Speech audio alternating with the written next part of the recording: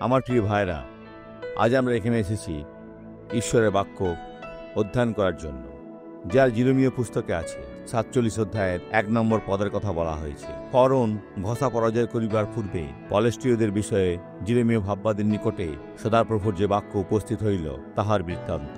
তারা নিজেদের মধ্যে পরিপূর্ণ ছিল এবং নবী জিরমীয়কে ঈশ্বর ব্যবহার করেছিলেন।